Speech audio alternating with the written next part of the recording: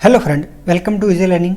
आज जिस टॉपिक पे मैं बात करने वाला हूँ तो वो एक सवाल है कि एसबीआई क्लर्क प्री कितने अटेम्प्ट वालों का निकलेगा। और ये सवाल नॉर्मली उन्हीं बच्चों के मन में होगा जिनको प्रिपरेशन स्टार्ट किए हुए 5 या 6 महीने हुए होंगे। ठीक है, बैंकिंग सेक्टर का ये उनका पहला या दूसरा एग्ज़ाम होगा, तो उन्हीं के मन में ये डाउट होगा। तो अब हम बात करेंगे कि कितने अटेम्प्ट होने चाहिए, ठीक है, ताकि एग्ज़ाम क्लियर हो सकता है। ये है कुछ मेरे बारे में। आप चाहे तो सोशल मीडिया पर भी मेरे से जुड़ सकते हैं और आप अपने कोई डाउट है प्रिपरेशन के रिलेटेड तो वो पूछ सकते हैं। चलिए अब हमारे मेन टॉपिक पे आते हैं। तो देखिए, कोई भी एग्ज़ाम जो है वो आपका क्लियर कब होगा कि सबसे पहले तो आपको क्या करना है, पिछले जो 3-4 साल का ट्रेंड देख लीजिए कि कट ऑफ कितना रहता है। ठीक है, हालांकि पूरी तरह कट ऑफ पे डिपेंड नहीं करता, लेकिन पिछले कट ऑफ पे, लेकिन पिछले साल का कट ऑफ देख लेना है। उसके बाद कितनी वैकेंसी होती है उसके हिसाब से देखना है।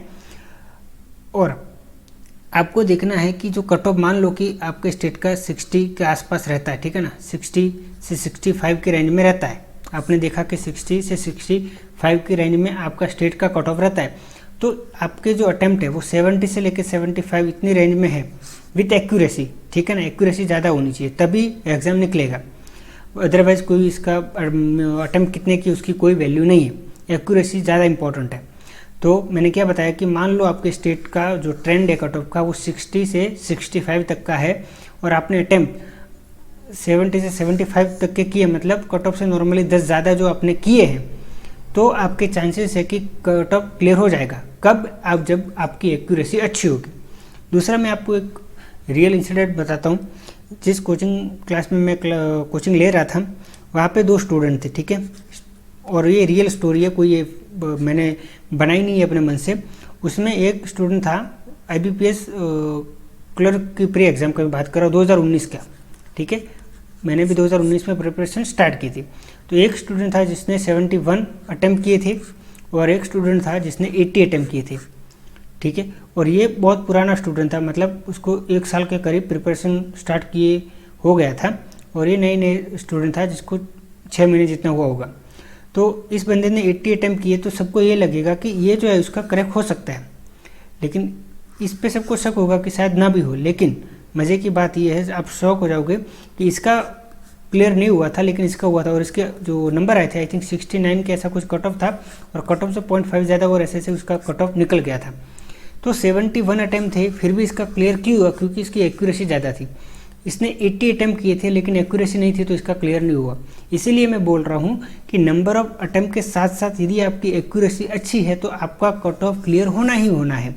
ठीक है, ठीक है ना, 60 से 65 की रेंज में आपका पिछले साल का कट ऑफ है, तो 70-75 के बीच में यदि आपका अटैम्प्ट है, वैकेंसी भी उस हिसाब से देख लेनी है। ठीक है, अटैम्प्ट है तो आपका प्री जो है वो निकल जाएगा।